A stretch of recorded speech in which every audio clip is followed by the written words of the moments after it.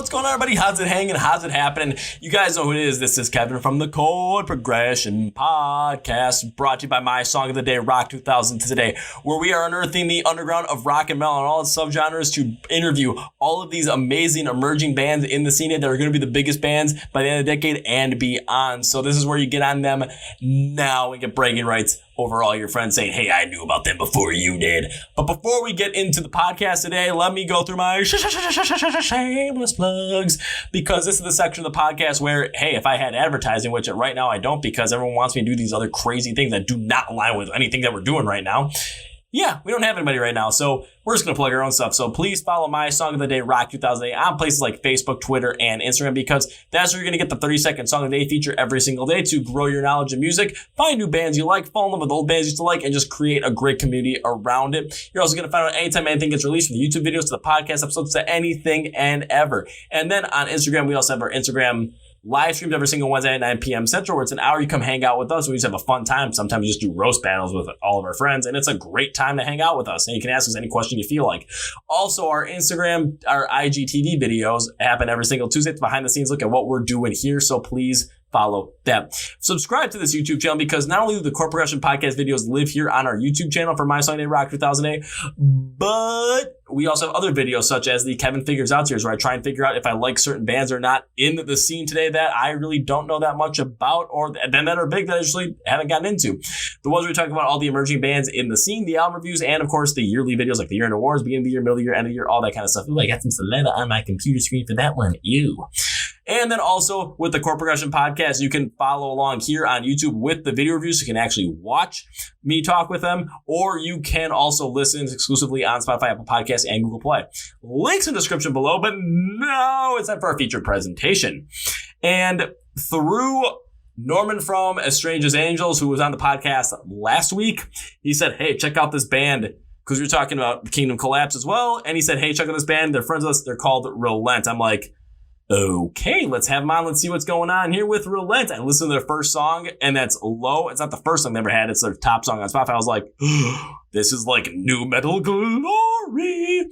And then I got to listen to their first song, Rise. I'm just like, this is like podcast material straight up. And I had to ask them, and we got on the podcast, and they are our episode and interviewees, whatever you want to call them, today. And you're going to hear me talk about you're going to hear a bunch of fun stuff, but you're also going to hear me talk about how great their construction is on all their songs. So are you guys ready? Because please welcome Miggy and Gaston from the band Relent. Are you guys ready for this one? It's a fun one.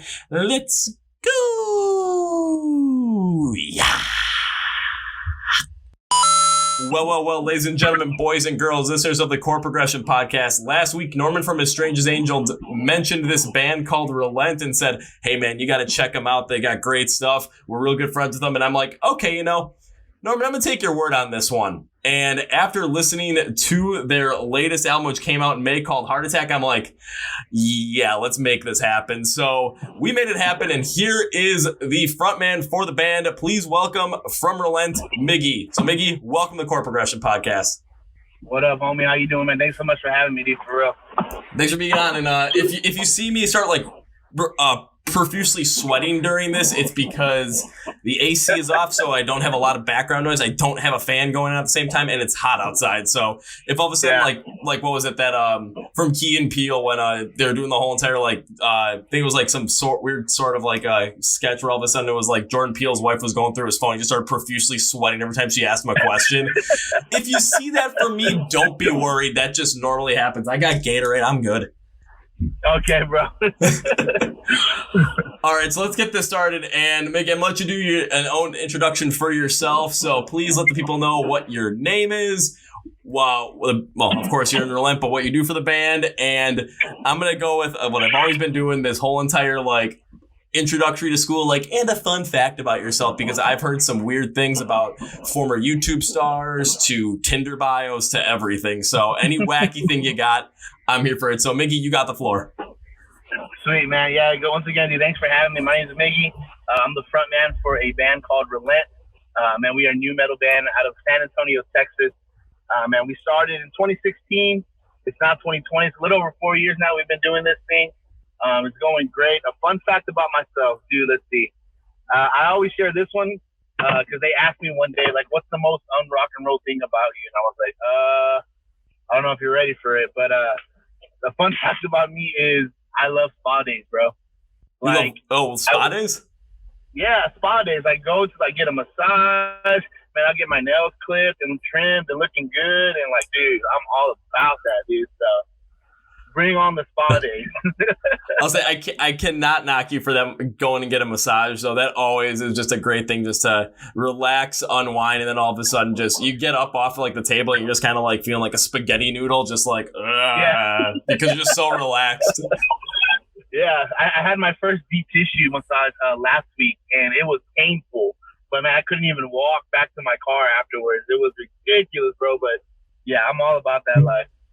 I'm nervous about going and doing that myself, especially if they do deep tissue massage, like focus on legs, because like where my quads are, where my IT band is on the side of my leg, there's no separation there just because of just how much I like what I do for when I work out. So it's really tight up there. So if you do a deep tissue massage, I'm probably gonna end up like crawling on my hands and knees out to the car just to like just try and get home. Yeah, my wife actually has video of me coming out of the massage parlor, and I looked like. Yeah, I look like I just got hit by a train. It was funny as heck, bro. I'll say that is an interesting fun fact, especially given the fact that you are a new metal band as well, because usually when I think new metal, I'm thinking, insane, crazy kind of thing. I'm not thinking spa days. So that is definitely a great fun fact for something that is completely non-rock and roll about you. I absolutely love it. Yeah, if you're in a true new metal band, you put your body through hell on tour and stuff. So when you get home, you pay for it. So massage days are all where that's where it's at, man. Even for the fans as well, you put your body on the line too, especially when you get into those crowds and just go into a freaking mosh pit and just get destroyed, which I do miss. Yeah, exactly. So I'd highly recommend it. If you think you're too manly enough for a spa day, bro, get the heck out of here. Real men at spa days. I'd say for myself, I'm a little weirded out about the whole nails thing. Like, I'm just used to, like, cutting my nails myself. No big deal. The massage, though, I can definitely get behind. Well, they like, massage your hands. They trim them. They put a little polish, keep them all glossy, bro. You'll be looking fly. Versus my hands right now, which are all, like, scabbed up over here because I keep knocking into cabinets every time I'm trying to go and get cereal. Yeah. There you go. Okay, so... first question I have for you is in regards to Relent, is especially because you're a new metal band. I also saw new metal with Christian influences in there as well. So the first thing I want to ask is, what is the thing about new metal that made you want to go that route with Relent, and what influences did you have that made you go that route? Man, I've always been, I guess, kind of a new metal head growing up. I was born in the late 80s, grew up in the 90s, so I got to see the predominantly, like, new metal, pioneers kind of kick it off. Linkin Park, Deftones, Chord, like when these dudes were like doing stuff that no one has ever done. So I got to see that and experience that as like a fifth grader, So it was always a big part of my life growing up. Obviously I had previous projects where I tried to do it, didn't quite work out. Obviously timing is everything when it comes to, genres and stuff like that. So, but man, it really started picking up for us here in, the past few years. But man, some of the influence, like I said, I'd name Linkin Park was a huge one growing up. Deftones, probably like one of my all-time favorite bands. They've always just been huge for me. Let's see, who else? A lot of the underground stuff. El Nino, I don't know if you heard of them. I have heard of them. Yeah, so they were a big part of me, man. Man, there's so many. There's obviously Limp Bizkit, Chord. These dudes are just, they were just killer dudes, man. And like, I grew up jamming that stuff, doing stupid stuff growing up, listening to their music. But so it's something that's a part of me. But I've always wanted to do it, and now that I'm able to do it, I'm like, this is so sick stuff. And it does make sense that, especially when you're growing up around the time when new metal was very popular, around the late 90s, early 2000s, especially the time in your life that you were, because that's usually the time in life where a lot of people, it's like, before that, you're always listening to what your parents are listening to, because every time you're in the car, you're listening to the radio, and that's what they're listening to, is what they want to listen to. You really don't have any control over that. So as you kind of get towards those middle school, like early high school years, that's when you start really being able to form your own musical identity, or that's kind of the standard. And it seemed like that was the way with you as well, especially with nu metal being at its absolute dominance with bands like Limp Bizkit, with bands like Linkin Park, with bands like Chord as well. And when you mentioned Deftones, like the day before we recorded this, I was supposed to actually go see Deftones live for the first time. I was so excited, but of course, the freaking coronavirus ruins everything. Yeah. Yep, absolutely. I grew like I said, my parents, I mean, I didn't have it too hard. My dad he's a metalhead by heart, man. He listens to everything from Earth, Wind and Fire to Megadeth, like everything in between. So I had it kind of good growing up. He didn't get too much into the heavier stuff, the Korn and stuff like I did, but man, I had it good to where they set a pretty solid foundation for me as far as music goes. So I dig it. Yeah, I kind of the same thing too. My dad was a huge like 80s hair metal kind of guy. So heck yeah. And it looks like I've got another person in waiting, Gaston. So should we add him? Heck no. Are you sure? No, yeah, we can. No, I'm just kidding. Alrighty, we're gonna add him on mid call as well. So we'll see how this goes. And here he is. We'll wait for him to connect, and then we'll let him do his own introduction as well. No. I'm just waiting for him to connect to the audio at this point. Well, this isn't the first time this has happened to me where all of a sudden we've had someone just kind of jump on out of nowhere. Hey, I called him before I got on. Oh, okay, there we go. Gaston, are you on? Yeah, I'm here. Can you hear me? Yeah, I can hear you just fine already. Now that you're on, we're going to have you do what I had Miggy do, which is I need you to do your own introduction. Tell me who you are, what you do in the band, and some wacky fun fact about yourself, because yes, I do that. All right. I'm Gaston. I play drums in the band. I've known everyone in Relent for a long, long time, way before we even started Relent. I've been playing music for over 20 years. I've been in the San Antonio music scene for about 20 years. So I've been busy. I'm glad to have joined up with Miggy and the guys as the unit that we are now. Yeah, and that's about it. Anything crazy about me? I'm an executive chef for my daytime job because we're not huge record-selling artists just yet. So I do have to do that to make income. And I have a boxer named Cash. And what else? I have dreads. That's pretty cool. Am I the only one on the call that doesn't have dreads? What the hell? Yeah, I have dreads. Alrighty, so before we go even more into the music, Gaston, I gotta ask you, you gotta plug whatever restaurant you're executive chef at, you gotta plug the restaurant on the podcast, man. Come on. It's not an actual restaurant. I work for, I'm sure they won't care because they won't probably hear this. I work for Chase Corporation Bank, and I make food for all the people that work there for the credit card services, and I do catering for all the high-end executive people for Chase. Can you tell them to increase my credit limit though? Because I kind of need that. Yeah, I've reached out to them for myself, and they looked at me like they didn't know me. I was like, bro, I cook you food every day. What you mean? Oh, bro, come on. They got to give you something for that. That credit limit for that spa day. You got to use it for that spa day. Yeah. Oh, that's good. So, Gaston, because we were talking about nu metal, we were talking about how nu metal was able to influence you guys to start a nu metal band. So, when you were growing up, listening to music, what music influenced you? Growing up, on my first album that I bought with my own money. Now, at that time, this is when warehouse music was still around, where you can go in and buy records like that. My first album I bought was $3 Bill, y'all, from Limp Bizkit. Yeah.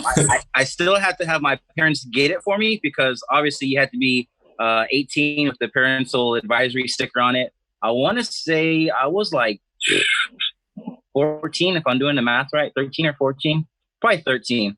But that was my first album, Limp Bizkit. And from there, Korn, obviously. There's other nu metal bands that I've looked up to for a long time that are also Hispanic, like Relent, which is El Nino.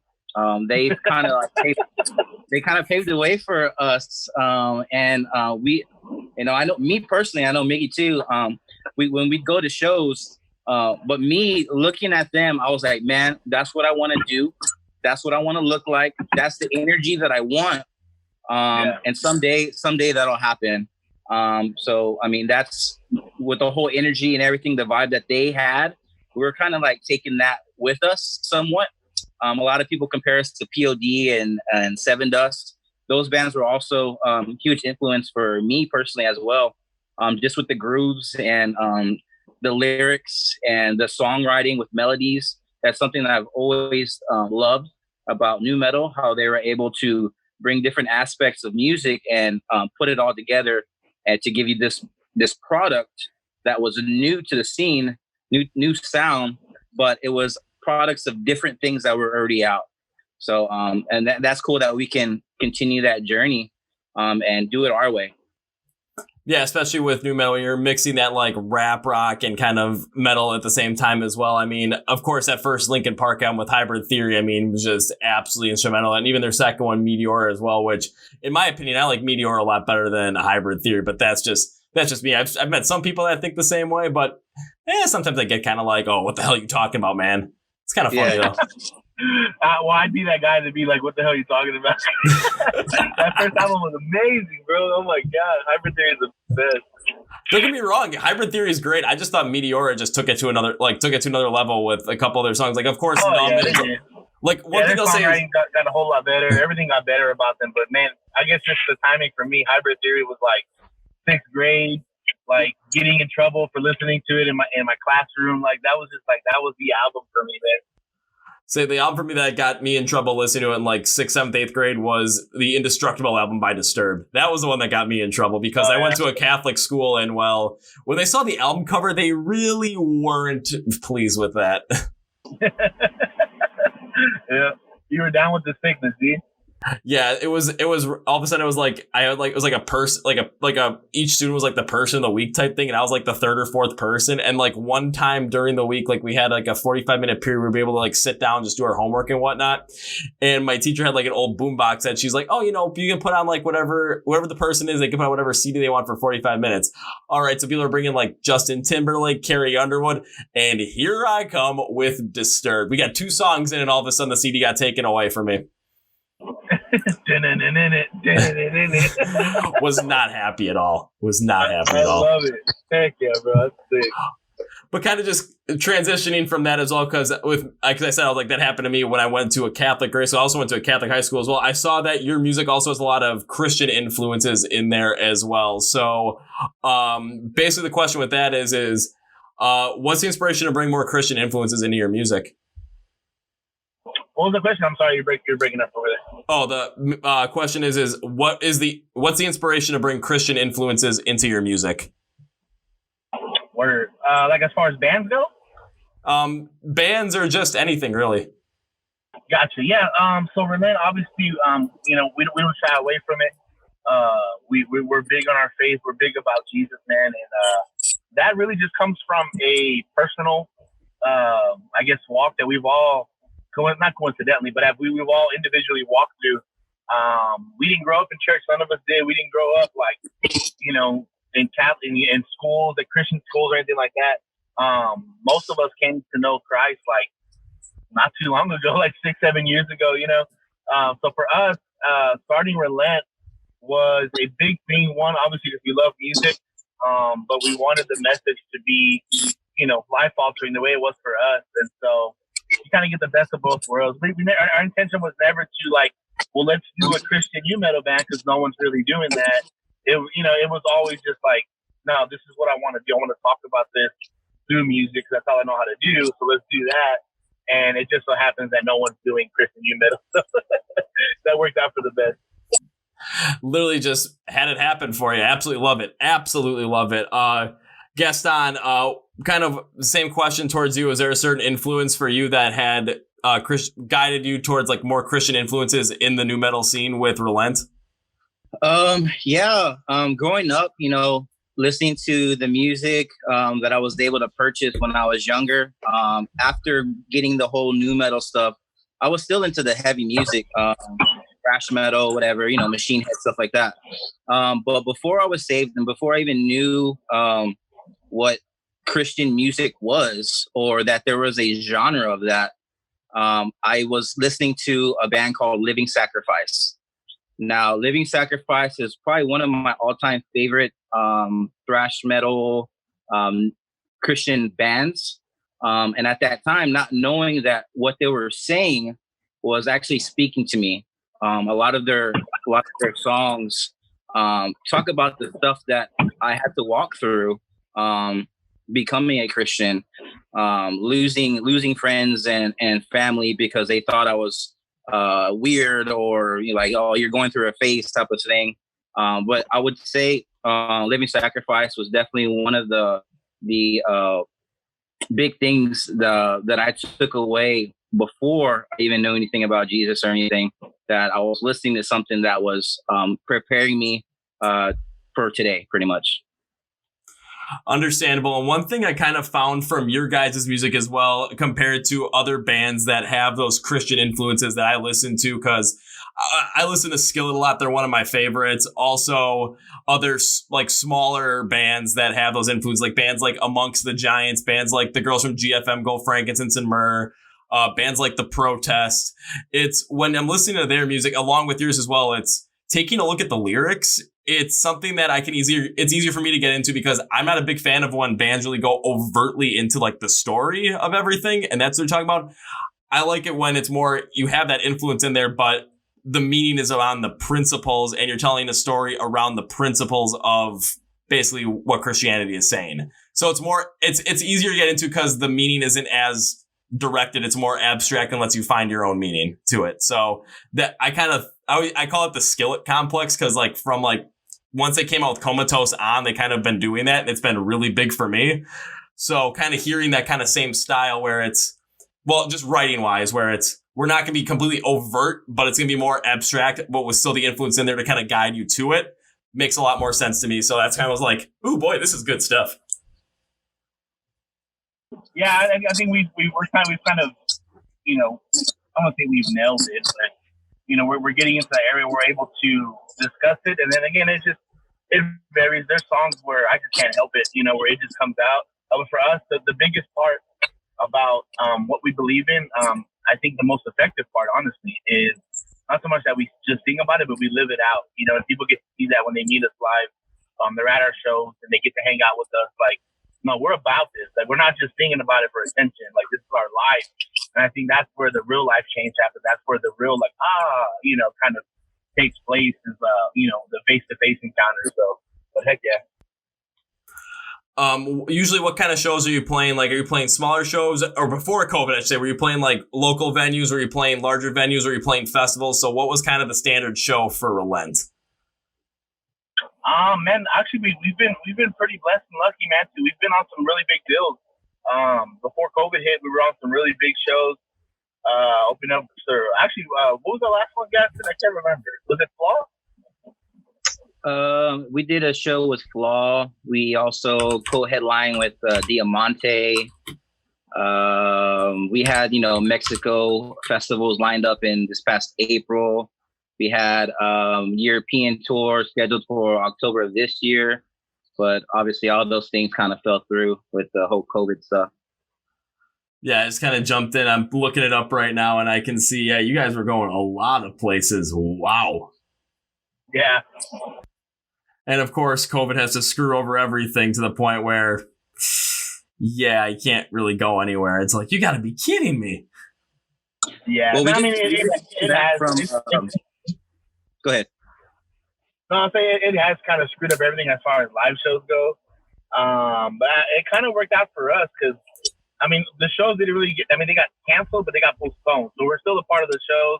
They're just taking place next year, obviously at a different time, which is cool because in the meantime, we've been able to find time to get in the studio and, just be creative and start writing. So that's really been our big focus for the past couple months is writing and getting new material out. So it really worked out for the better. And that's all after releasing a new album at the end of May as well. So, I'll put it this way. You're definitely using your time wisely when it comes to, okay, we can't really go out and tour.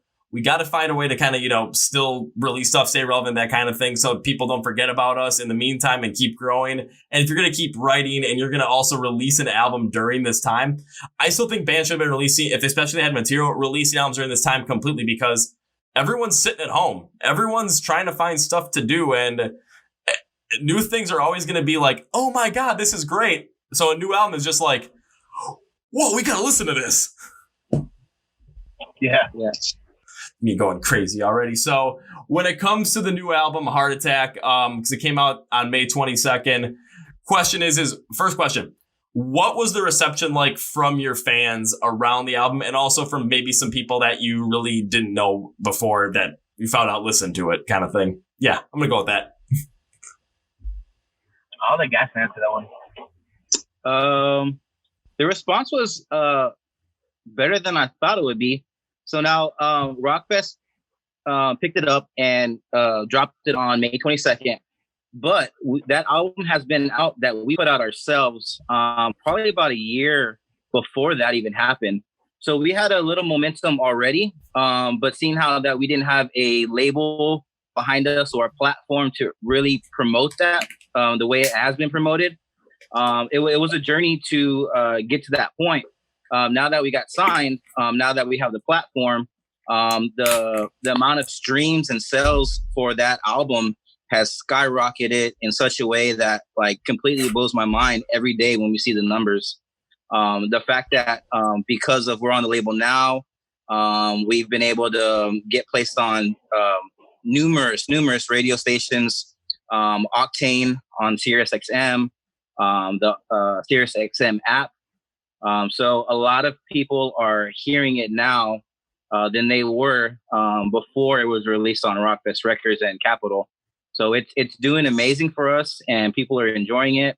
The feedback that we get from it daily, and the people just responding and saying how much the songs have touched them and spoke to them, that they can relate and deal with the same issues that we talk about. It's that's basically what we do this for. So it's been amazing. It's been a good run so far. So when it comes to getting your music on Sirius XM, you're probably going to have to thank a guy named Joe Alfano for that one, because he's like, every time I see a band that's getting big on Sirius XM with just new music coming out from bands that really haven't aren't on the same level as some of the other ones you constantly see on Sirius XM, like breaking into the top 10 plays. It's like I'm taking a look at, and I always see this guy named Joe Alfano, and he's always like adding me to these different Facebook pages for fan groups, because I was on the Kingdom Collapse one, and then that's how I found out, because he added me to Another Day Dawns, he added me to As Strange as Angels, and then through Norman from As Strange Angels, that's how I found out about you guys, and he actually added me to your Facebook group this morning. So I was like, oh, this is perfect. Yeah, we were actually on Octane before we linked up with Joe. But yeah, man, he's been killing it for us for the fan page, and the amount of work that he puts into all the bands, man. Like, I don't know if Joe even sleeps at night. The amount of work that he puts in for all the bands that he's supporting. So yeah, he's definitely a huge part of the team. We're grateful to have him part of us, and doing the work that he does. Because that's stuff that we as Relent personally don't have that much time to take care of with different pages. So to have someone that knows what he's doing, does it for a living, and enjoys it, really helps us a lot. Yeah, because I'm just taking a look at like some other bands that he's worked with, like taking a look at some of their like Spotify listener stats, because I just was looking at a Kingdom Collapse over 100,000 right now for monthly listeners. As Strange as Angels, they're at like 95,000, so they're probably going to break 100,000 by the time this episode gets released, actually. And then you guys are starting to pick up some steam as well with about 13,000 at the moment. But with the way Joe works, I'm almost dead certain that that's going to increase every single day. Yeah, he's awesome, man. I'm glad he's on the team.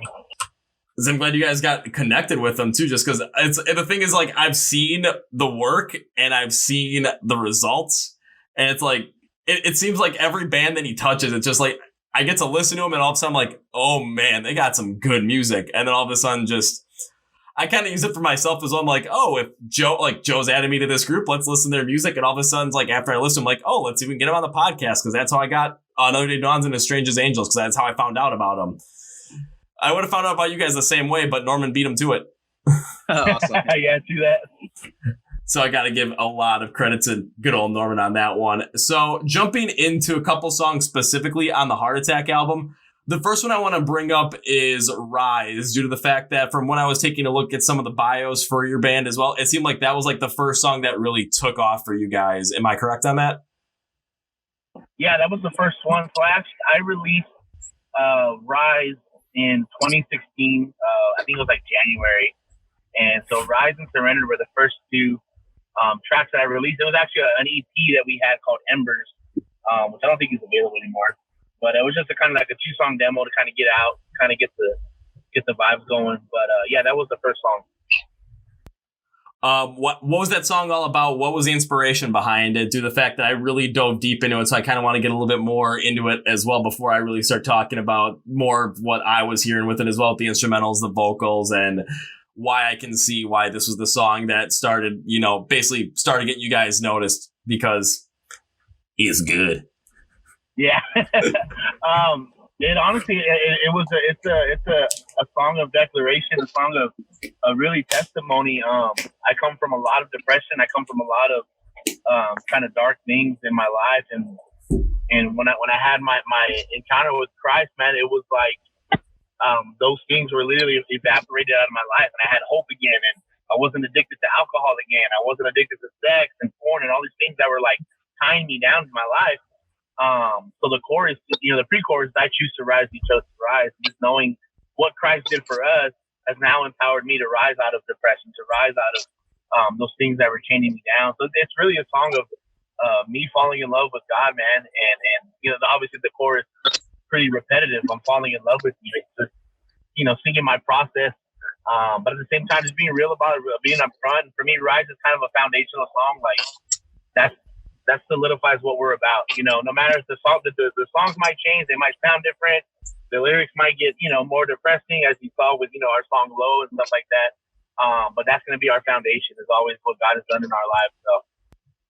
Oh, don't worry. We'll jump into Low in a little bit. But when it comes to writing a song like Rise, where you're talking about, basically talking about something that really happened to you personally, and you're putting it out there in a song to try and basically, best way to do is like also use it to inspire others who listen to it to kind of overcome certain demons in their life that are keeping them down at the same time as well, and get through whatever they're going through and rise up and basically beat it. Much like a song like, I'm gonna use Skillet again on this one, much like a song like Not Gonna Die did for me personally, because I was manically depressed at one point about 3 years ago, and that song honestly kept me going on a couple of days, just because it was like, just keep going. And whenever I've seen, especially from bands, is whenever you write real personally, you get real in depth with it.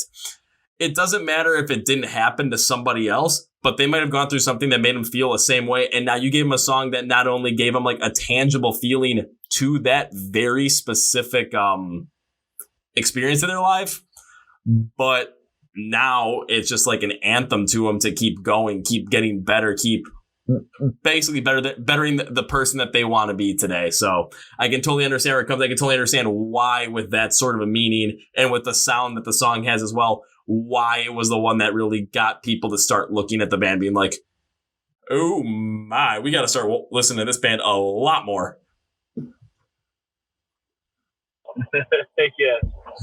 Yeah. I mean, being depressed is one thing, but being depressed by yourself is a whole other story. So if I can get, relate to someone that's like, just make them feel like they're not alone, then I've done my job, man, for sure. Oh, easily. If you ever get a chance, listen to the song Above My Head by Polaris. The reason I say is because when I listen to it, it's like when it's all talking about depression and kind of being alone inside yourself and not being able to handle it. And if like, just to kind of like listen to it as well, it's kind of empowering at the same time as well, due to the fact that it accurately describes and accurately puts out the feeling of what it's like. And from someone who went through it, I'm like, oh my God, it just matches it perfectly. So that's another side of it, where it's kind of adding, like, basically representing the bad part of it, where Rise, it kind of represents the part where it's like, the end of the bad and all of a sudden getting out of it at the same time as well. Yeah, absolutely. Yeah, for sure. So when I ended up listening to Rise, one thing I absolutely loved about it was like when it started out, it had this certain build that I actually expected to hear like off of the original album from Disturbed with The Sickness. Like it had that kind of build because it was a harder sound that then had this like transition with the like a vigorous track with some pace. So I'm like, okay. Especially coming from someone who absolutely loves Disturbed. Like I could easily get behind that. It was just like, oh yeah, let's go. And then all of a sudden you go through the rest of the intro and it was pretty much like exactly what I expected, but I love how you brought more of this like metalcore influence in there as well to kind of bring it and give it a little bit more of a harder style with harder drumming from Gaston and like the down-tuned guitars, faster pace as well. From the intro, it was absolutely incredible just going through that like new metal with metalcore influence journey. Absolutely loved it. For sure. Heck yeah. Awesome. Thanks, man. I'll say, and then you did something that I wasn't expecting because especially when you had this like more vigorous pace to it, more vigorous tone to it, and all of a sudden you go into like the verses, especially the first verse, it kind of slowed up a bit, which really kind of threw me off guard because it was able to bring a lot more emotion, like more melodic tendencies in there just with the instrumentation as well. I was like, I'm not sure about this, but after I listened to it, I'm like, I can easily get behind it because what you're talking about with, when you're talking about going through depression and all of a sudden being stuck with certain things like addicted to alcohol, addicted to sex, addicted to porn, addicted to whatever it might be that isn't good for you. And all of a sudden you kind of slow it up and it's kind of like the realization of what it's doing to you. And I love that contrast between the intro because it makes the harder sound mix and have like more of a melodic sound to it. It allows it to bring across the meaning of rising above the roadblocks in your life at the same time as well. So just that contrast stood out so much. Heck yeah, and that's something I've always really loved about songwriting, man, is that, it doesn't always have to be just in your face, So it's like, I love that. So like growing up like a Deftones fan, obviously they had riffs that were just like in your face. And then he would have this part where it was just like beautiful singing. And you're like, dude, sick, So I love that music is just, it's so creative, man. You can do so much with it. Oh, easily. Even like for someone like myself as well. I'm going to use Disturbed as an example, like on their last album with Evolution. Because I remember listening to it right away and I was expecting something like, that like the heaviness that Disturbed always has.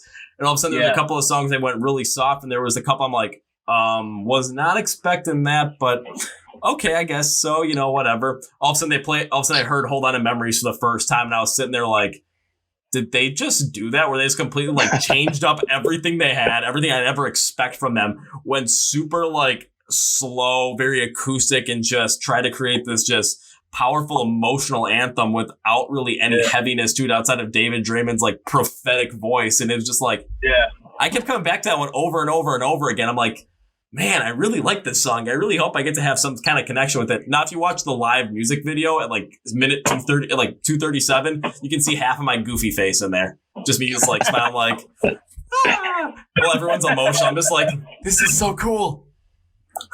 That's funny. Hey, I'm gonna check that out. It's kind of funny. It's just like you'll see probably like one of their biggest fans ever who I'm friends with. She's in the front row just like getting real emotional behind it because of how much she connects with the song. Then you see half my face just like in the complete opposite, all because I'm just happy to be there. You're just in awe. Pretty much, yeah. Even though I'd seen them once beforehand, it was just like still, it just because they were my favorite band in middle school. I've only ever seen them twice, and both times were last year. So I was just like, yeah. Me and Miggy got to see them in San Antonio on their last tour, and man, that show was awesome. So, I was cleaning out my phone, and I just deleted a video of us backstage with them, like while they were playing, and I just deleted that. Now I feel bad. Oh, please tell me you have it saved somewhere else, though. It might be in my cloud, but I for sure took it off my phone because it was taking up a lot of room. So hopefully it's in the cloud because that's 4 years ago. I'll say hopefully it's in the cloud because that's gonna be something you want, especially if you're backstage for Disturbed. I mean, come on, that's just especially for me. I'm just like, oh. Yeah, no, they're cool as heck, man. It was cool. Yeah. Well, I kind of want to jump back into Rise as well, because they were talking about kind of like that contrast sound. That's where we brought up Disturb. And then when you guys came in with the chorus, like even though it was a little bit slower than what the intro had, kind of matched like that same pace that the verse did. It wasn't super slow, but it was just like you could notice a subtle difference in there, and it matched what the verses were trying to achieve. And like normally, I'm not the biggest fan of like that same kind of sameness, but what you did in the pre-chorus, which you were talking about earlier, Miggy, it was a great way to transition it because you were able to rebuild back up into like a harder, like more chugging kind of sound that's very classic with nu metal. And I love then how you get to the second verse after it shows the difference in with a harder, more nu metal tune. So there was a lot of different things going on in here, but it's all about the transition and how every part goes from one to the other and how that's transitioned. Sometimes it's very quick. Sometimes there's a little bit more of a smoothness to it. However, each time you guys are able to transition from one part of the song to the other, it was done incredibly well to really stand out. So I have to applaud the construction on this song completely. Yeah, thanks so much, man. Shout out to our guitarist Chris too. We call him Riff Daddy because he's so blessed when it comes to writing riffs. And so that was our first song as Relent. So we wanted it, to be real, to be big, and to all these things. So there was a lot of pressure on that song, but it came out really well. We're excited about it. I'll say usually when you have it's kind of like the pressure makes diamonds kind of thing. It's like, like if you have a lump of coal, it's just a lump of coal. You put a crap ton of like atmospheric pressure and like actual weight on it, like underground, I mean, it becomes a diamond. So it's like, pressure makes the best out of us kind of thing. I mean, it's kind of talking about pressure. I think what happened with that too is we had pressure because I had booked the studio date to record it, and we hadn't had no songs written yet. So I think we had like a week. We had like a week to get it written. So, but we knocked it out for sure. We actually do that to ourselves a lot, actually. But it works out. Yeah. That sounds like me in college whenever I had like a make or break final. It's like, okay, let's take a look at what kind of grade do I need? I need at least a B+ just to continue on with my major. Crap. And all of a sudden, like I had like a week to study. Like I'm in the library 2 times a day, 3 hours each time at like a standing table, just going ham on it.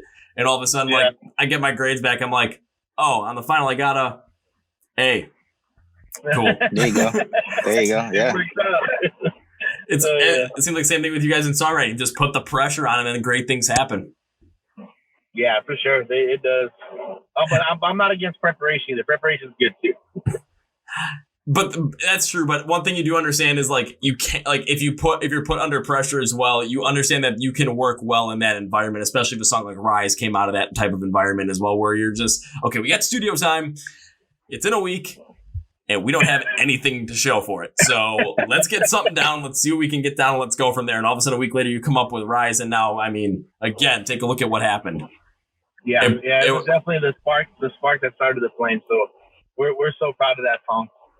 So now I kind of want to talk about Miggy. I want to talk about your vocals on this one as well, because you had just a fantastic range overall on this song, because you mix like the nu metal rap there with some like melodic hard rock singing style at times as well. And the way it was mixed, I absolutely loved it because you did it based on the instrumentation transitions that were in each part. So you did kind of like, it was whatever the instrumentation is calling for. All of a sudden, it's like, it's going a little faster, like within that second verse, like doing more like that nu metal rapping style. My God, does that work? All of a sudden, it's a little bit slower. You kind of go with more of those hard rock vocals as well, just to kind of match the tempo at the same time. Works out completely as well. And it just shows how you're able to do that. And just, again, the construction of when you're coming with the vocals, how the vocal pattern is going to react to the instruments as well. So you're not really combating each other. You're not trying to force something down there. You're just letting one thing guide you to another. Yeah, no, definitely. Like I said, it was definitely a song to try some things out. I've always, again, I think rap's always been part of the nu metal thing, but I grew up like in hip hop. Like I love hip hop. I love the art of rap. And I'm not claiming to be the best, but I've grown in my art. I've grown and learned how to use it. So it was fun to see. I think the chorus part, again, just growing up in hard rock, like especially melodic hard rock bands like Seven Dust that have kind of really like driven, our youth. That's kind of where the chorus came from. Is one of those I've always loved LaShawn's melodies and how he approaches the chorus. He's just fantastic at it. So. Not saying I was trying to imitate him, but it's just naturally that's what comes out because that's what I was raised on. So, but thanks, mate. You're like the first guy who's ever broken down our song like that. It's kind of intimidating. I'll say this: with every artist I've brought on here, I've broken down a couple of their songs this deep. Like I did it with Norm, I've done it with Jonathan Norris, I've done it with, anybody that I've had on the podcast. I usually break down one or two of their songs just because I like to go through them. I really like to dive deep into them so I can understand like the songs that I really get into from them, and then just see kind of also the reaction as well. Trust me, there have been times where I had a band that was from an alternative rock band out of Italy. And their lead singer sent me one of their songs to check out. Now, for me, I'm not that big into like a lot of alternative rock. I might have like a good amount of like 30 Seconds to Mars stuff up around here. However, for me with 30 Seconds to Mars, I love their second album that had a lot more of that like emo alternative trope to it as well. So that's kind of where I stick with that. But I listen to it, I'm like, I got to tell you, I'm not the biggest fan of it. However, I went into some of their other stuff and I found one that I absolutely really did like. So I had him on the podcast and we talked about both of them. But whenever I talk about it, if there's something I'm not a big fan of, I'm always going to say, remember, this is my opinion. This is and I always tell them what my preference is. So it's kind of like, okay, even if I didn't like it, you're going to see why my mind works that way. So it's not going to be anything that kind of put them down or anything. It's just, again, it's all opinion based. That's the best way to put it. Yeah, for sure. No, at least you're honest with it. That's dope. I appreciate that. You're very welcome. And then to kind of wrap up Rise and a whole entire thing, because I always have a little overall kind of summary thing I always like to write on these. And I always have a huge note sheet full of this stuff because that's just how I operate. But what I said for this one was overall, I can see why they gained a lot of acclaim from this song. It mixes that new metal very well with some more like the metalcore trope song with more melodic hard rock choruses. This band is very technical, not only with its construction, the instrumentals, but with the vocal pattern and style as well. This band is going places. Hop on for the ride now. Thanks so much, man. Right on, man. Yeah. And then one thing I kind of also want to jump on there because you're talking about adding that rap to the song as well. And when you're listening to it, it's like you grew up in hip hop as well, and that makes a lot of sense because that's kind of how nu metal started. When you're listening to a lot of these guys, it's like they grew up listening to a lot of that stuff as well. So that's how these new kind of subgenres form, is when you mix certain things and see if they work. I mean, even take a look at Corey Taylor's solo project with CMFT Must Be Stopped. I mean, it's Corey Taylor rapping, not like what he does in Slipknot, but like just straight up rapping on a track as well. And it's like, it doesn't seem like, this would ever really work out. But then again, it's like, well, nu metal, that he's already done it. You've seen guys like Ronnie Radke from Falling in Reverse do it. It's just like, I mean, it works. And all of a sudden he brings on guys like Tech Nine on the song. It's just like, okay, this is going places. Plus it's Corey Taylor. Everything he does is gold. So. I mean, pretty much. There are some things from him that I wasn't the biggest fan. I actually wasn't the biggest fan of the latest Slipknot album, but that was just my personal taste. Yeah, it was a great album. I feel you. I mean, I'm a big Corey Taylor fan. I think he's an amazing musician and performance artist. So I'm just anything he does, I fall for. Understandable. And then we were talking about kind of getting not trying to use the same things that he did, but being inspired by Lejean from Seven Dust as well. I mean, I'm curious. Like when it comes to that, I can totally understand that because I've seen Seven Dust live once, and it was fun as all hell, especially just with seeing how they interacted on stage. Just because how Seven Dust plays on stage is how I absolutely love to see bands. Like one of two kind of styles. It's either you're gonna go up there, have like no like real big stage production, just going to be the band up there playing, but then just enjoying themselves, just rocking out, having a great time. And seeing Seven Dust just play was the exact same way that I like it. Bands like Rise Against are perfect because that's just kind of how they go. It's like, we're going to go up there, we're just going to play, we're going to just get lost in the music, we're going to go nuts, and that's going to be it. And then the crowd just feeds off of that. And it's just an absolutely incredible experience. Yeah, man, exactly. I mean, that's exactly what we try to do. A lot of people enjoy the album, but we like to say, hey, if you enjoy the album, definitely come out and see a show because we take it to that next level. And that's what we pride ourselves on too. And that's the way it should be too. Because if you're gonna have a live show and you're gonna pride yourself on it, it's just people are going to come out and see that, even if they've listened to the record or if they haven't listened to the record. If they have listened to the record, then they're going to see you live and they're going to understand the passion that you guys have to put behind the music. However, if they've never heard you before and they see it, then they're going to get inspired to be like, okay, these guys are really putting in everything they have into this music. You can tell that there's an emotion behind it, a true emotion behind it. And all of a sudden, by the time they, leave the venue, first thing they're going to do is they're probably going to open their phone like me and be like, okay, let's see if we can, find some music from them. I've done that a couple of times with concerts I've gone to where like the opener, all of a sudden I've seen a headline and I watch the opener. I'm like, I like that opener a lot more. That's what happened when I first ever saw Mark Tremonti's solo project. I was like, wow, I got to listen to more of this. Yeah. Yeah, Seven Dust they were huge. I think the first time I saw them was I was like 14, and they played was it Sunken Garden? I can't remember. I was like 14 years old, man. It was like my first concert by myself, and kind of bought my own ticket thing. And dude, they blew me away, and I was like, holy crap! So yeah, they're definitely big on us. The only problem I had with that show that I saw with them was it was the same night as like one of the only rap shows I'd probably go see just because that's not really my style, was playing at the same venue the same day but in the basement, and it was Tech Nine because I've heard how crazy those shows get. I'm like, so I've got my choice: either go upstairs to see Seven Dust and In This Moment, or go downstairs to see Tech Nine. I was like, I wanted to go see Seven Dust and In This Moment because that's more my kind of style. So I'm like, okay, we're gonna go up there.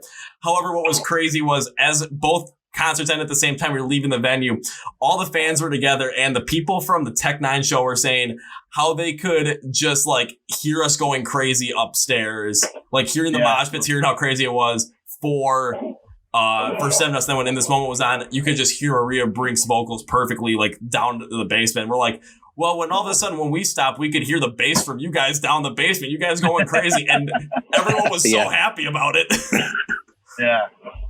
Yeah, I've seen Tech Nine once, and it was sick. So yeah, they definitely it gets crazy. The other thing that made me laugh about that one was I could see that because I was up top, so I could see, or up top on like this like balcony area before the show started, so I could see where the tour buses were parked. I could see one tour bus for In This Moment and their semi for their set. I could see one tour bus for Seven Dust and like 7 or 8 for Tech Nine and all of his guys. I'm like, yeah, okay, and I'm like, are those all for Tech Nine on the side of the bus? You see strange music. I'm like, yep, that's Tech Nine. That's Tech Nine, yeah. Rap money ain't no joke, man. There's money right there. It just made me laugh, and I'm just like, okay, well, and then I saw that he was gonna come because he comes to Milwaukee every single year at least at one point to play in the basement at the rave. I'm like, okay, this year I'm definitely making sure I see it was like around the same time that he played last year. I'm like, oh, this is gonna be great. Oh, COVID. Yeah. Yeah, we're fed up with COVID at this point. I think everyone is at this point, especially when it comes to the music scene as well, just because, like, for someone like a fan like myself, is I love going to shows. I've had a lot like you guys as well with shows that you've had planned that have been postponed. Same here as like a fan, like a lot of shows I was supposed to go to have been postponed. And I mean, it feels weird because it's just like, I just want to just go to a show, get lost, go crazy in a mosh pit. If I get hurt again, I get hurt again, whatever. Yeah. Oh yeah, dude, we miss it. We've had the privilege of we've had a couple gigs kind of line up here in the past couple. What was it? This past month we played I think twice, right, Gaston, something like that. Yeah, the past about 2 weeks ago we came back from a run from Tulsa and Missouri. We did a huge festival in Missouri called Chains on Chains Festival. Huge packed out crowd for us. We had crowd surfing, mosh pits. We even had an encore. So I mean, it felt normal again. Yeah, it felt normal for a little bit, and it's possible to still put these shows on and still be safe. There was not one point that we felt scared or anything. There was not one point in the show that the audience felt scared or anything. It was well managed, well put together. So it's definitely possible to do these shows still, but it's all about the states and the mandates and everything. But we had fun the past 2 weeks. Yeah, because I'm taking a look at the Chains Unchained Festival, taking a look at the lineup. I'm taking a look at a couple of these like pictures. I'm like, hey, I know some of these people. Yeah. So I'm getting super excited with this. Like, dang, I wish I could go to that show. I wish I could have been there, but of course, well, it would have been a little bit of a drive for me, and it's weird, like trying to go see it, like especially for fans, kind of weird trying to go see a show right now. It's like not necessarily like around, like right around where you are, just because it's like, okay, you're traveling, you don't know exactly what's going on there. However, I do have to agree with you because I have been to one show since this whole entire thing went down. I was at one in, I think it was about almost a month ago up in Green Bay, Wisconsin. because the girls from GFM Gold Frankincense and Myrrh were playing up there, and I was supposed to see them 3 times this year, and I'm like, well, I'd get a chance once. Yeah, I'm gonna go. Went there, was like a real small venue, but like there are a couple people up front that want to start a mosh pit, and I'm just like, I can't help this. I have to go. Yeah. And of course, everyone was like, where do you live at? I live in Milwaukee, Wisconsin. Oh, okay, sick. Okay. So I had to drive 2 hours north for that one, but I'm like, it's worth it. Oh yeah. I think we're gonna be there pretty soon. I know Midwest is kind of our direction this next tour, so we might be popping up there. Really? Yeah. So we announced the dates here. I'm assuming this next week, but at the end of August and into September for like 3 weeks, we're on the road with the Protest and 7th Day Slumber. Really? So, yeah. So we should be getting that here pretty soon. Well, I really hope you guys come around the neck of my woods as well, because not only I get to see you, but I get to see the band that I'm going to be interviewing right after this episode, which is actually I'm interviewing the Protest. So it'd be kind of cool. Then I have to try and get 7 Day Slumber as well. All of a sudden, it's like just all 3. I'm going to show up and be like, "Hey, everybody!" Yeah, they're great dudes, man. You're going to enjoy them. Oh, I'm looking forward. Man, our fans like they travel. They'll drive 12 hours to come see us at a show in the middle of the United States. I'm just like, bro, like, aren't you from like way like on the other end of the world? Yeah, well, we had to come see you guys. I'm like, dude, it's crazy. And right now, I know you don't want to drive, but the amount of money that you would spend for gas is probably less than a plane ticket to come see us. Just throwing that out there. That is true. That is true. It's also another thing with me. It's a scheduling as well, just because it's like, okay, I got the podcast, I got YouTube videos, I got so much other stuff I got to do. Plus, I still have a full-time job to help support this stuff as well and support myself at the same time too. So it's just like, it can kind of be a little bit of a hassle. However, I know I've got like a week off from like my full-time job coming up at some point. So if all of a sudden I see something, I might just be, just get impulsive and go, why not? There you go. There you go. I'm just gonna have to wear my little face mask that makes me look like I'm like half Guy Fawkes. So it's like up to here. It's like I got the Guy Fawkes mask on here. I got a hat on. All you can see is my eyes. It's just like I've had people. Nice. The craziest one was I was at a liquor store because I was going over to a friend's house for like I forgot what we were going over there for. It might have been like a shoot. It was either he was having a huge dinner or it was for when hockey started back up again because they're huge hockey fans. So I stopped at the liquor store right by their house and because here they are mandating face masks. So I had the Guy Fawkes mask on. I had a hat on, and then all of a sudden I had a shirt on. I had an Ice Nine Kills shirt on, and in the back it had Donald Duck looking like Jack Torrance from The Shining, carrying a bloody axe. I walk into a liquor store, and this is one that I've been going into for like 4 years at this point, and it's like my family's been going there forever, so it's like it's pretty like they pretty much know who I am at this point. And I had people following me around for 2 reasons. One, because I had the Guy Fawkes mask, and like, is this kid gonna try something? The other one was they want to know where the heck I got my shirt from. Yeah, I was having too much fun with it.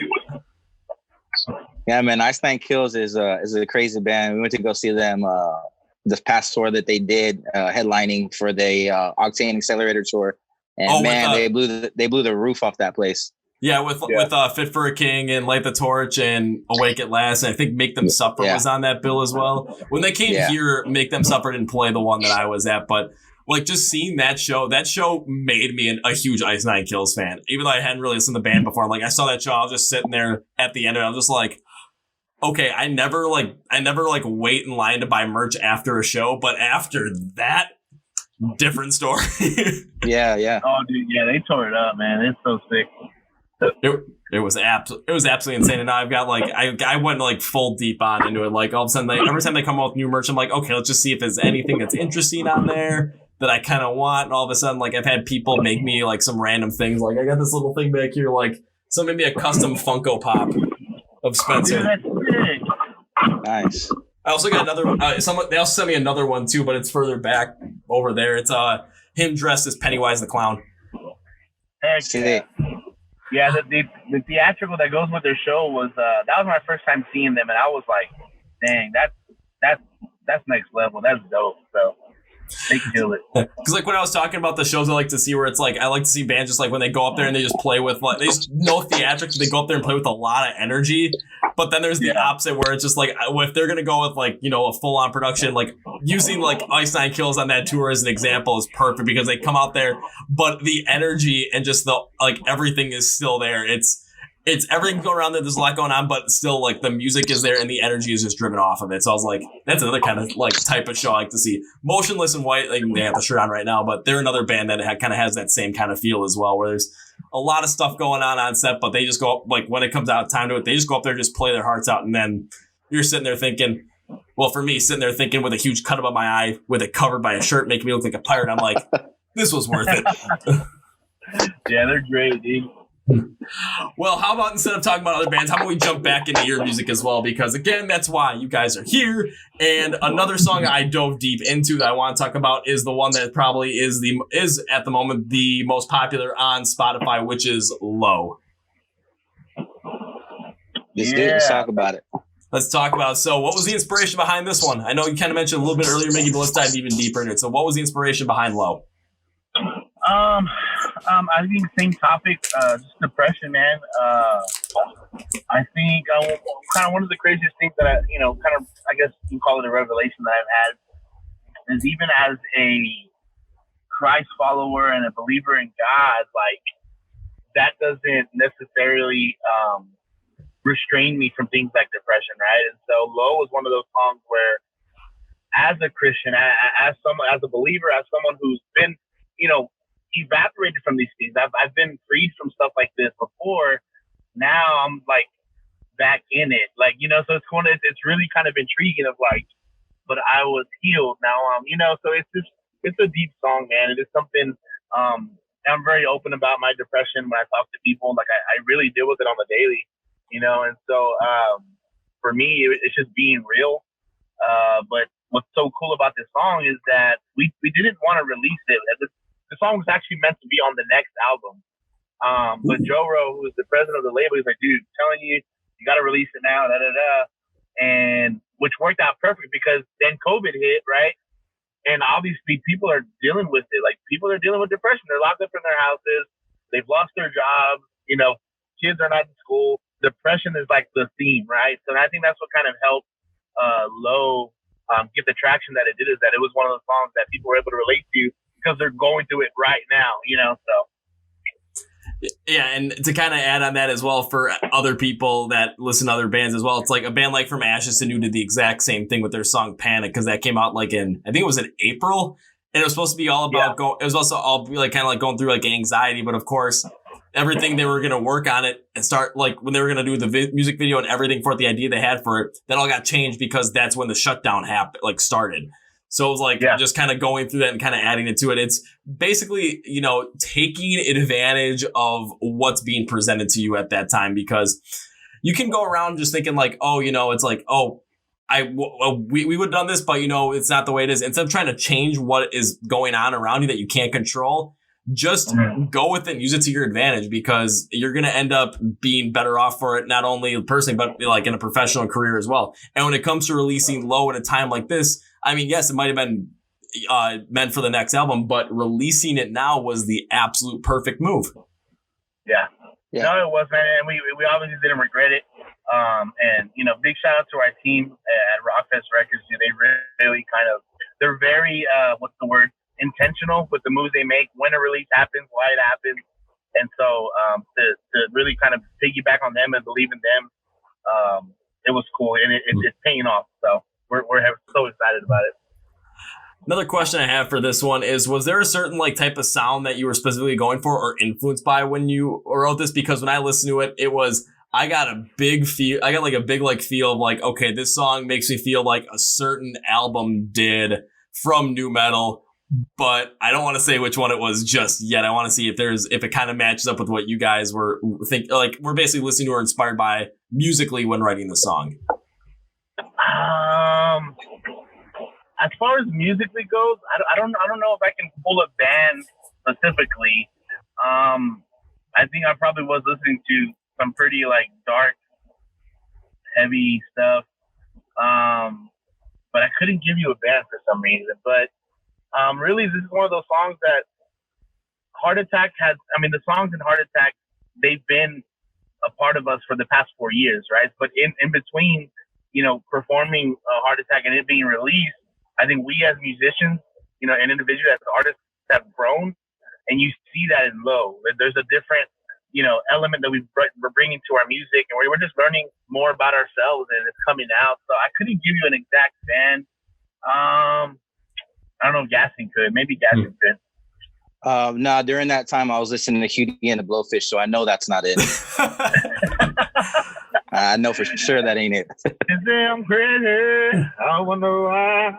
You gotta go like Ted with any song like that. You can just sing with vowels. There you go. That's why I love Creed, bro.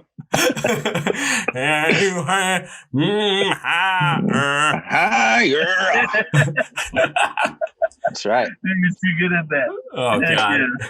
It's when it comes to like doing that sometimes I'm like I can't sing, but I can come with like these like random just like things like I've done Michael Jackson impersonation on here. I can't sing like him, but I can do all like the random like little quips. At times like just do like a little like something like that. Big up. Or do like Scott Snyder's like yeah. Just, come on, girl. Something like that. But going back into the reason I brought that up is because when I listened to it, I got the feeling of a certain band and a certain album with that kind of feel. Not like it sounded like it, but like the feeling of that album matched up with Low. And the reason why I say this is because the intro, it started with a harder sound. It had some more of those like new metal electronic influences in there. And it sounds like a harder sound that is similar to something that I heard and felt on Meteora by Linkin Park. And I absolutely love that album. So I was just like, I was already like drawn into this right from the get-go because this was the first song I heard from you guys.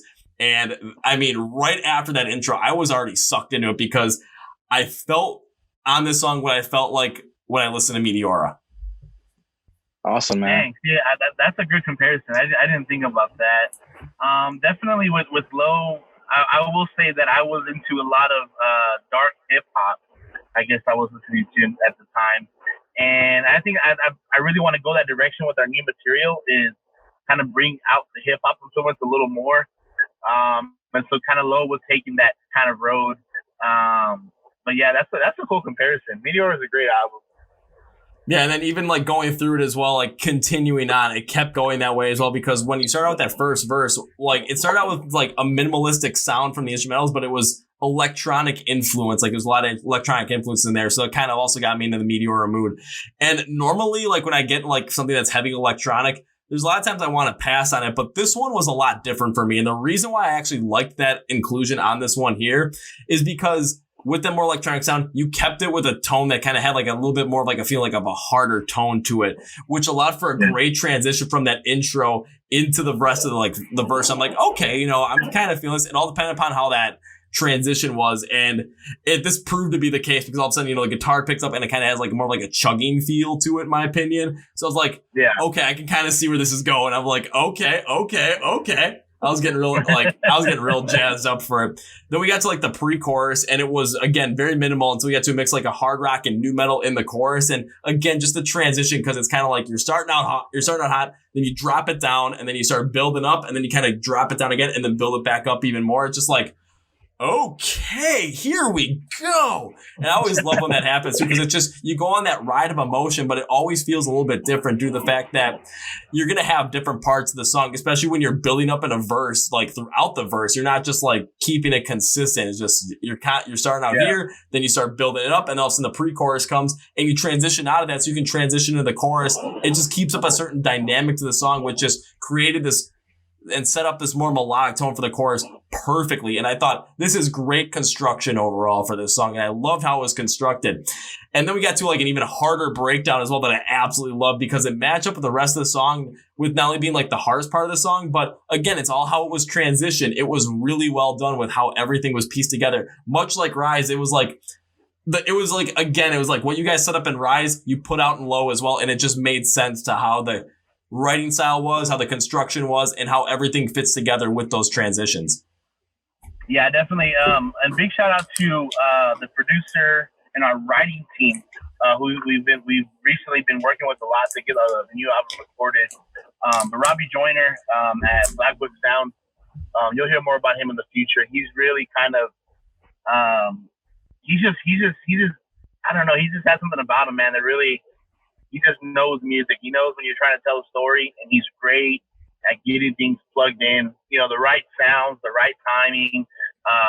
We love working with him. So shout out to him on that. He had a big deal to do with that song as well.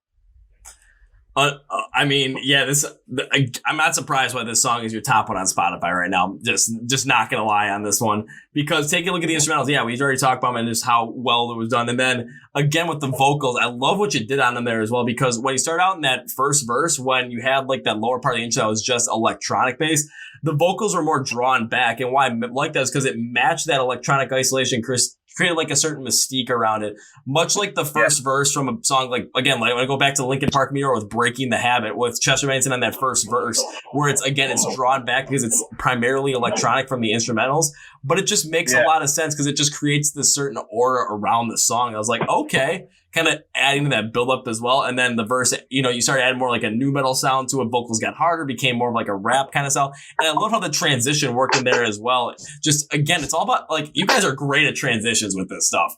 It stuck out to me incredibly well. And even though I didn't dive deep into some of the other songs as well, before I even jumped on the call, just because I wanted to make sure I had it going on, I was watching the Fast and Furious, and then I had your album going at the exact same time as well. And again, it was just, I kept hearing those transitions in there as well. It just, everything flowed together through those. So it made a lot of sense as like why I absolutely love the transition on this one. And I even thought like, you guys have really studied and really got into the know of like what older Linkin Park, like Hybrid Theory and Meteora, with how those songs are constructed to really figure out those transitions. And it was done incredibly well. And then going on to the chorus as well, it was absolutely great as it takes that more melodic sense from the first part of the verses had, but it amplifies it, adds even more vigor to it, because that's what the chorus really was asking for. So it made a lot of sense. And it seems like, especially when it comes to those nu metal roots, you guys are really ingrained in them, and you really understand what it like when it comes to constructing songs, constructing melodies, and constructing transitions, and also being able to have vocals that match those. It seems like you guys are absolutely incredible at them. And those are just the two songs I dove deep into. There are plenty more that you do this on as well, but I'm just going in on these two because these are the ones I really dug deep into. Dude, thanks so much, man. Like I said, Chris and I, our guitarist, we've been writing literally. I met Chris when he was 14, I think, and he's 30 now. So yeah, we've been writing together for a really long time. So, but big shout out to him. He's a big part of this band as well. But yeah, we have a lot of fun, man. We do. We love what we do, and I can't wait for you guys to hear the new stuff. That's where I'm at. So we're already talking about new stuff. You guys just released this in a couple of months ago. I mean, again, since we've been in the whole entire shutdown mode, you guys have had a lot of time to work on new stuff as well. So, I mean, especially after hearing this, I mean, it's going to be I'm looking here thinking, what the heck's going to come next? Like, taking a look at this, I mean, overall, it's just taking a look at it. Like I said with Rise, like, you can, after you listen to this song, you got to get on this band now. After listening to a song like Low, you can really tell again that overall you guys have this incredible innate feeling when it comes to writing these songs and knowing how to transition between certain parts and adding different influences in there and making sure that everything flow together perfectly, whether it's a quick transition, whether it's more of a slow transition, whatever it might be, maybe even no type of transition where you just go completely from one thing to the other. It might work out entirely. It works though. It's amplified and it makes everything sound absolutely incredible. So just when you guys write songs, the construction on them is phenomenal. I can't get over that enough. I can't stop saying it because it's true. Yeah, I think we're very intentional when we go into the writing process.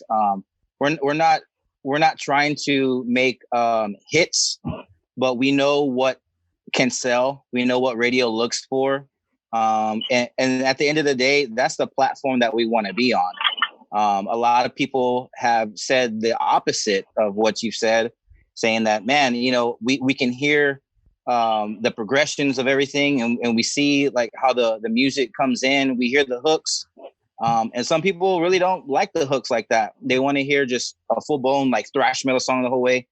And we as musicians, we have grown so much to know what the industry is looking at and what they want. And we don't try to fit into that mold, but we try to be aware of that as we write.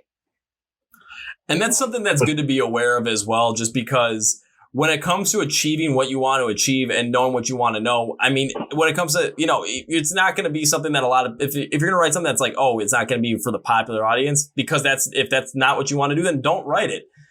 But if it's like, okay, we know what's working on rock radio right now or metal radio right now, we know what they're looking for. So if you want to record something that fits that kind of notion, by all means, absolutely do it, because that's what you guys want to do. It's basically what I'm trying to say on that one is there's a lot of times where I see some artists where it's like, okay, they're kind of focusing on a certain thing, and there goes Miggy's video. We'll get him back at some point though. Yeah. But what ends up happening is you get a certain style. It's like, okay, we know what we do. We know what we got. And you guys, again, like I said, the construction is absolutely incredible. You guys really understand these things.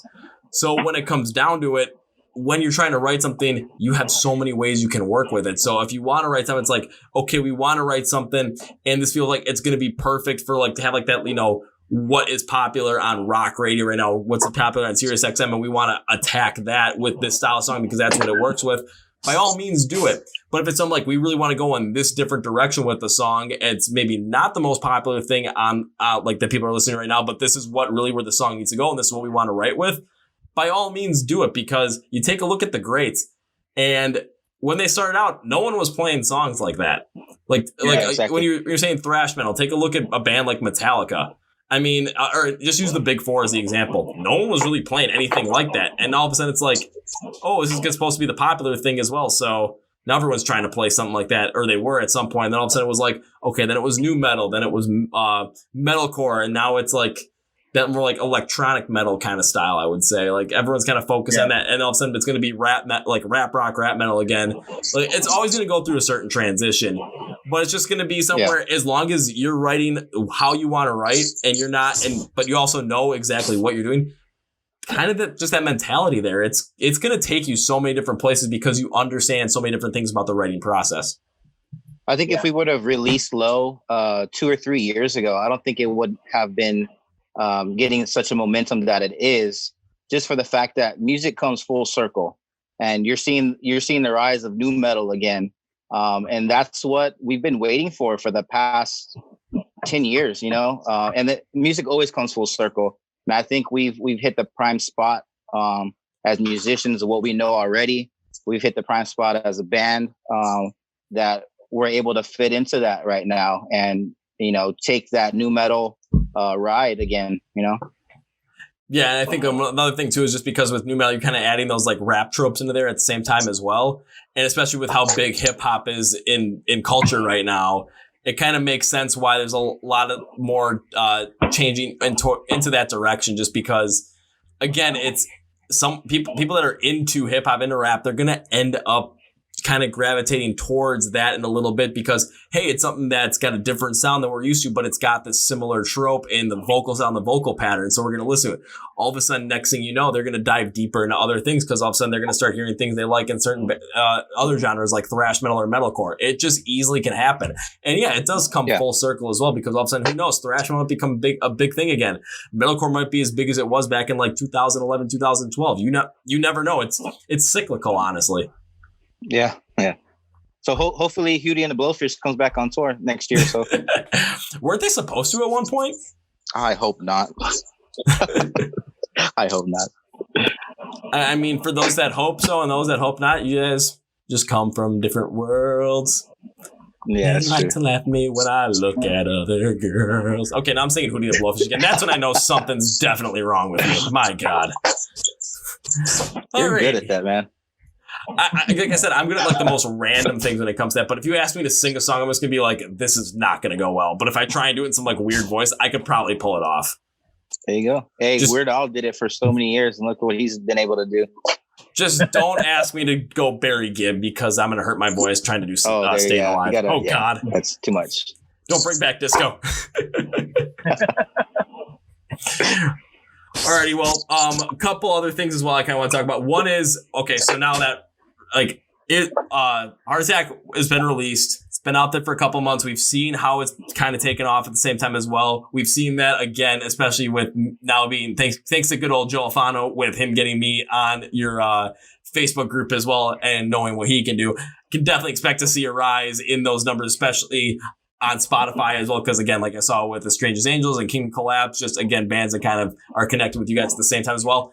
It makes sense to see that, again, just give it a little bit of time. It's going to end up rising. But my question is now that we're you guys have released the album and you guys are working on writing, and there's a couple other shows in the project as well, a couple other dates that are coming up as well. What else are you guys doing right now to grow the influence of the band and grow the notoriety of the band amongst the masses, especially during a time when, we're all sitting inside or can't really go out and do anything that we would be doing at this time, say last year, because, well, COVID. Yeah. I think we're really just soaking it in, man. I think, you have two options. You can get caught in all the madness of what's happening, or you can take a seat and just kind of take a look around at what's going on and, kind of process it differently. And that's kind of how we're taking it. And I think you'll hear that in the single that'll be released for the new album, hopefully sooner than later. You'll kind of get that effect from us that, okay, these guys have been sitting, and at least for me as a lyricist, I write what I see, I write what I feel. So that's definitely where I'm at as an artist. I'm kind of just taking everything in, processing it, letting it filter the way my brain works, and then that's kind of what you're gonna get. So again, I'm super excited for the new stuff. I can't wait for it to come out. I think it's gonna speak a lot about what we've been doing, kind of behind the scenes, and where we're headed as a band as well. That's always a good thing to hear as well, just because, again, you're taking a look at this as not as this whole entire COVID thing. You're not taking a look at it as an obstacle that you guys have to overcome to get back to where you were. You're taking a look at it as an opportunity to, okay, we can't necessarily play live shows. We can't, or play the live shows that we were going to play. We can't travel like we were going to. We can't promote Heart Attack like we had initially planned. However, what can we do instead that basically kind of replaces it in a way? What can we do to better our situation, given the fact that we're in a time frame where who really knows what the hell's going on anymore? Yeah. No, definitely. I think that's why social media is so important for us. We're learning how to, I guess, kind of manage that in a way to where, at least 80% of what happens for bands takes, it starts off on social media, right? And so now that people have obviously no time to go to concerts, they're all over their phones. So it's like, okay, how can we be creative? And so starting the fan page was a really big thing for us too, because it's like, okay, people are actually home, they're getting these emails, there's so much that's happening that I guess we're learning from. I don't know if Gaston can tap into that a little bit. Doing Facebook Lives and just being connected with the audience. And like Miggy said, thanks to Joe for doing that fan page for us. Because what that does, that just brings all of us together even more. Whether it's people that we've had on the road, people from all across the world that love our music, people that, want to reach out and talk to us about issues they may be going through that maybe they can't really open up to their family or friends, or maybe they're even in their own church or whatever. But we get that a lot. A lot of people reach out to us for advice. They reach out to us for prayer, for encouragement. And they do the same for us. They encourage us to keep going. So, our fans, our relenters is what we call them in the Facebook fan page. They're more than fans. They're family. And we try to keep that close-knit connection together with that. And we hope people enjoy that. And we hope that people share that and know that it's an open space, a free space for you to just be yourself,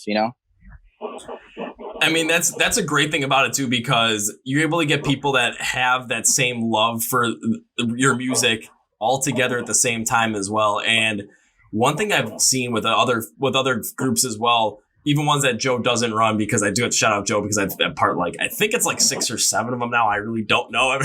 Every time I get an invite from him, I'm still going to accept it. That's why I'm officially a part of the Relenters group as of this morning. Yeah. So, I'm part of that. But what I was going to say about that is, when I've seen that, it's just that type of connection in the music, because like I said, everyone connects to music kind of in a similar way, but different, where it's if you're talking a song about depression, people that have gone through depression are going to connect to that because they're able to relate to that experience. However, two different type of people, they didn't go through the exact same thing. However, they're able to relate at the same time. So if someone's having trouble, they're able to, especially as fans of the same music, you're able to talk about it as well. And all of a sudden you have like a certain song that maybe makes that a tangible feeling when they hear it. So from that, all of a sudden you're going to be listening and thinking, huh, you're really starting to connect to these people, and all of a sudden you're starting to make friends, and all of a sudden you're going to shows and you're starting to see like 9 or 10 people that you connected with at some point, and you're like, oh my God, I remember what you said, remember you helped me through this, remember I helped you through this, and all of a sudden you're like one big happy family, and then the music starts, and all of a sudden you're trying to kill each other in the mosh pit because that's what you like to do, and it's fun. Yeah, crowd kill. That's what it's all about. Crowd killing. The power of music, bro. It's sick. And then, of course, at the end of the song, after you get knocked down like 3 times, you knock down like 4 people, everyone's like giving each other high fives and hugs. It's just like, oh man, that was awesome. Yeah.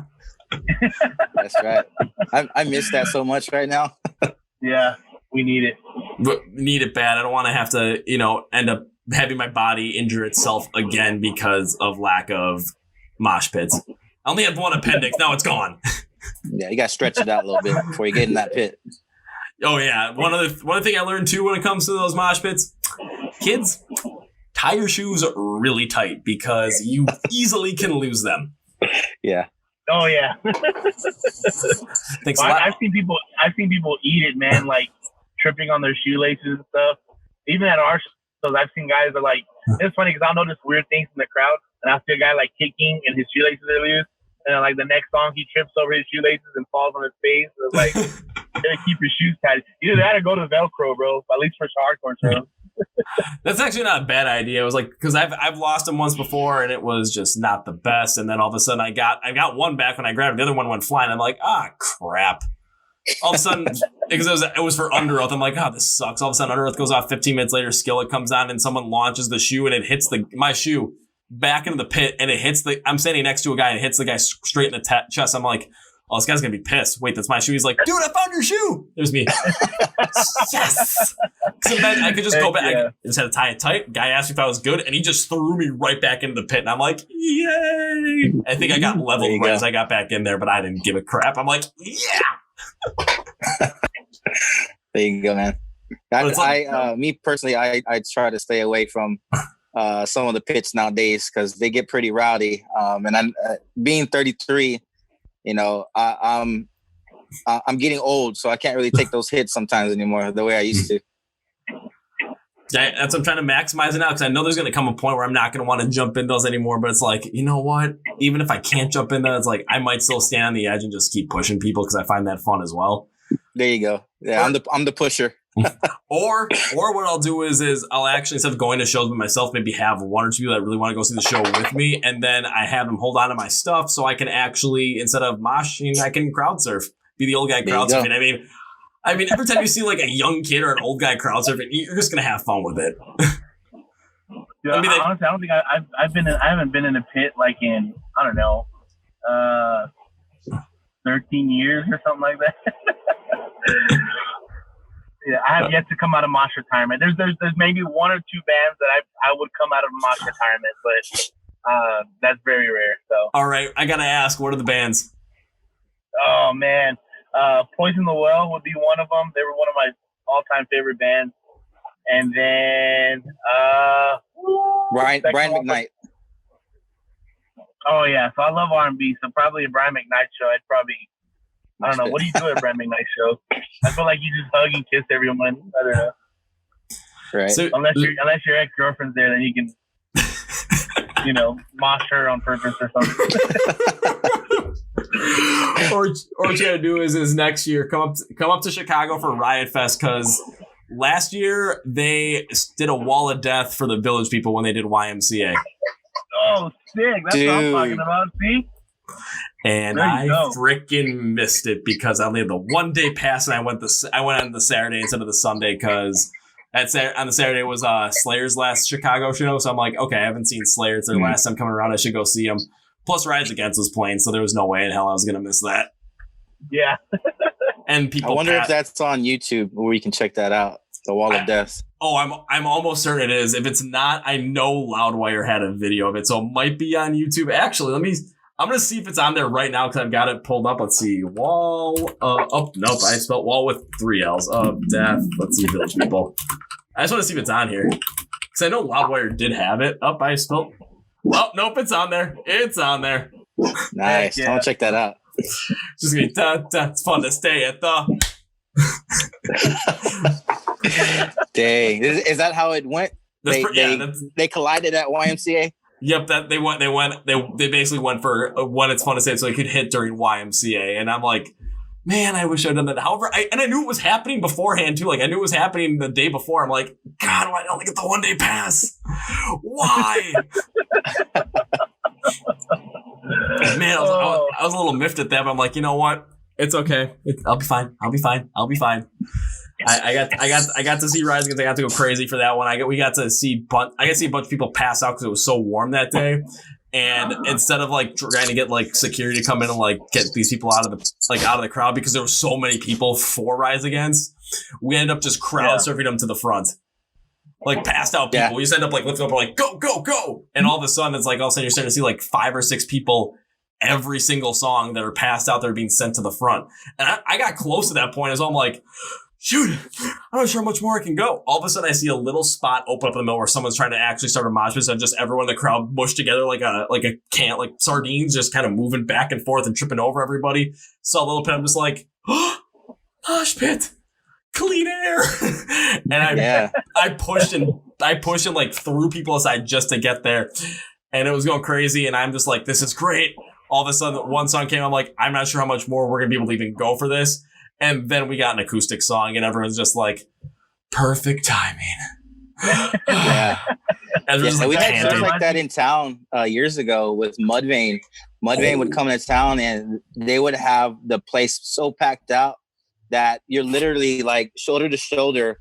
Back then, being so young, everyone else was way taller. So literally, I'm stuck between people. My feet aren't even touching the ground no more, and I'm just going with the crowd. And there was times like that where you felt like you were about to pass out, and they were like, "Yo, just pick me up and launch me somewhere so I can get to the EMTs or something." Oh yeah. I mean, it makes so much sense to have to do that too, because it's something where you're getting people the attention they need, and you're also getting them out of the crowd as quickly as possible. Yeah. So, yeah, looks like I'll say these rock and metal fans very health conscious when it comes to avoiding serious injury. When it comes to avoiding just regular injury, though, nah, we're used to it. Yeah, except for the Slayer pits, all that stuff like that. Yeah, yeah, that was the one thing. I didn't do was because like the way that the Riot Fest stages were set, there were a bunch of them, but then the 2 main stages were like right next to each other. And then there was like just a barricade going down, or 2 barricades going down the center, creating a little aisle. And on the stage on the right, that was like the main stage. That's where Slayer was going to play. But then the stage that was just right next to on the left, that's where Rise Against was playing right before Slayer went on. So I was invested already in seeing Rise Against. So by the time that show ended, I mean, the closest I could get for Slayer was 100 yards away. Yeah. So I was no way in hell I was getting close to the pit. And I was just like, I kind of missed that. However, with the fact that I already got a black eye during that show, I'm just like, do I really want to push my luck? Yeah. I mean, I honestly, I should have. I could have gotten a matching set. There you go.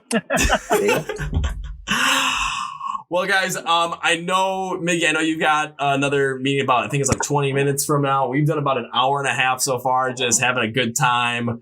Talking about crazy music, also diving deep into a couple of your songs as well, really getting in depth with the fact that you guys have absolutely incredible attention to detail and incredible construction when you're writing your music. So I am super excited to see what happens when you guys release even more material, because I mean, just the precedent that's been set up, it's like you guys can literally do anything with this due to the fact that you are so in tune with how to construct these songs and so in tune with different subgenres and genres of rock and metal just to really get in deep with them. So I'm super excited to see what comes up from you guys. Let's say in the next, whenever you guys release new material. I'm not sure when it's going to be. And I don't want to be like, oh, when is it going to be? Because, well, it might be a secret.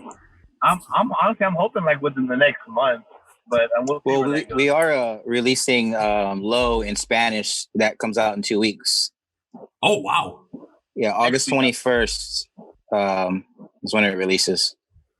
So everyone's going to be listening to that now, because if you don't, we're going to be watching you. Right. We'll release a music video with it, so people get to see that. Definitely, I'm hoping within the next month, man, or so, we'll be able to drop the new single for sure. Awesome. And then before we send you guys on your merry way, last thing I want to ask is if you guys have any certain last words for the fans and for everyone listening. Any last words for this time? The floor is yours. For me, man, just thank you for the support. Obviously, our fan base seems like it's growing by the day, man, and we're getting tons of emails and messages from people that are being affected by our songs, or people requesting us in their hometown, stuff like that. And we literally, we try to read everything. It's almost impossible. We try to read and respond to everything that we get. But thank you so much for the support. It means the world. I know we're in a difficult time right now. So the support means everything. So keep it up. I promise you there's more coming. I believe it's the best stuff we've ever written. So just be on the lookout for that. But thank you guys so much. All right, Gaston, Yeah, for anything? sure. Yeah, just likewise the same. Just want to thank our fans for being so supportive, so loyal to us. If you haven't joined the fan page on Facebook, definitely do that. Introduce yourself, and just have fun with us. Those that we will be seeing at the end of August through September on tour with The Protest and 7 Day Slumber.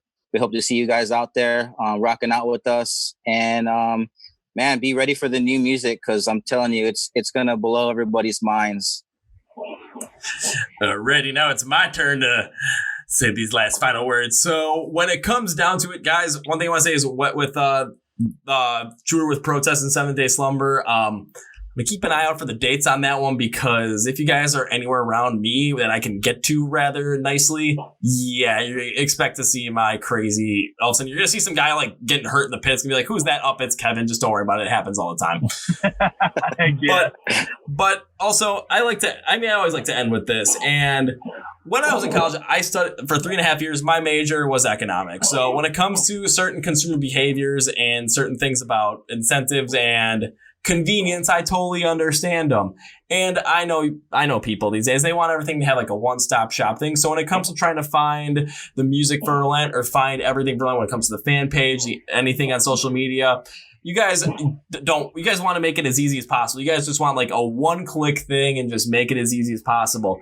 Well, we're going to make that happen, so you guys have no excuses. So look at the description of the YouTube video, or if you're listening on Spotify, Apple Podcasts, or Google Play, take a look at the description of the episode, because anything you need to know about Relent when it comes to their music, the fan page, when it comes to any social media pages, YouTube, heck, when it comes to our website, when it comes to merch, whatever you guys want, whatever you need, it's going to be a one-stop shop. Links are going to be out there. It's going to be one click away. This basically breaks down any excuse you have. It's one click away. Come on.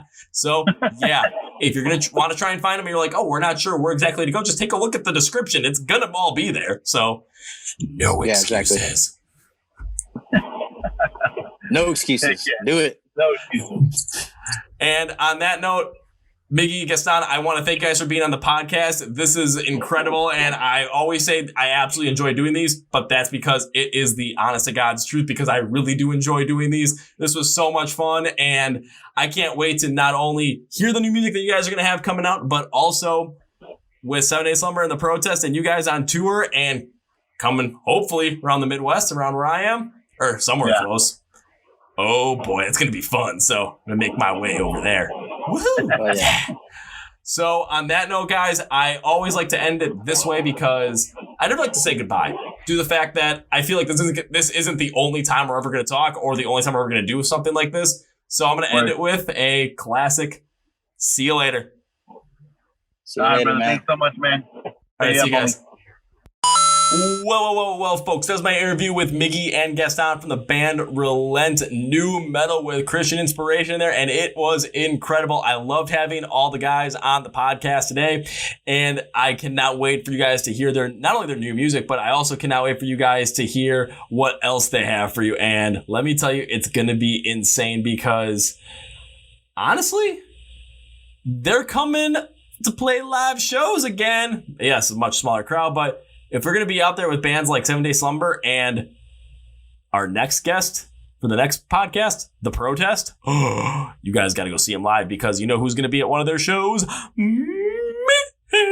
Because I love doing this stuff. And well, yeah, if you're at that show and you see a guy like in like the neck gaiter that looks like Guy Fawkes mask and like the hat on, that is also, probably hurting the mosh pit or destroying people at the same time, yeah, that's going to be me. Just trust me. I might have to bring out the eye patch kind of thing out of retirement as well, because that was fun as well. But on that note, that's going to be it for me, guys. Thank you guys for watching. Thank you guys for listening. Please follow Relent on all places that you can in the description. Everything is there. And get ready for our next episode, because the next one in a couple of days is going to be with The Protest. My name is Kevin, and you guys know how I end every single one of these episodes with a big, healthy, and hearty. See ya!